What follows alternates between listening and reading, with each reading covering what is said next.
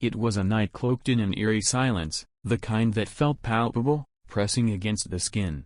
The moon hung low in the sky, casting a ghostly light over the old, abandoned graveyard on the outskirts of town. Jake had heard the stories, the whispers of strange occurrences that plagued the graveyard after midnight. But he never believed in such things, until now. Determined to prove his courage, he had ventured into the graveyard alone, armed with nothing but a flashlight and his skepticism.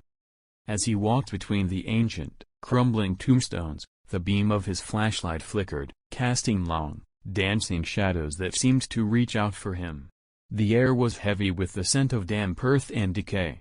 He could feel the temperature drop, a bone-chilling cold that seemed to seep into his very soul. Jake's footsteps echoed in the oppressive silence, each step sounding louder than the last. Suddenly, the wind picked up, rustling the leaves and making the branches of the twisted, gnarled trees sway ominously. He stopped, listening. Then he heard it, a whisper. Soft at first, barely more than a murmur carried by the wind. But it grew louder, clearer, until he could make out the words. "Leave.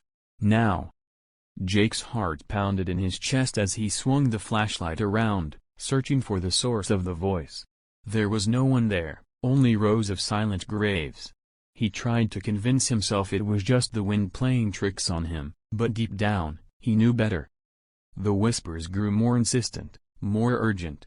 "Leave. Or suffer." He turned to run, but his feet seemed rooted to the spot, as if invisible hands were holding him in place. Panic set in as the whispers turned into a cacophony of voices, all chanting the same dreadful warning. "Leave.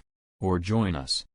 With a final, desperate effort, Jake broke free and ran, stumbling over the uneven ground, his flashlight bobbing wildly. The voices followed him, growing louder, more frenzied.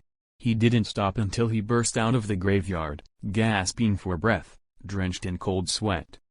Jake never spoke of that night again, but he never ventured near the graveyard after dark.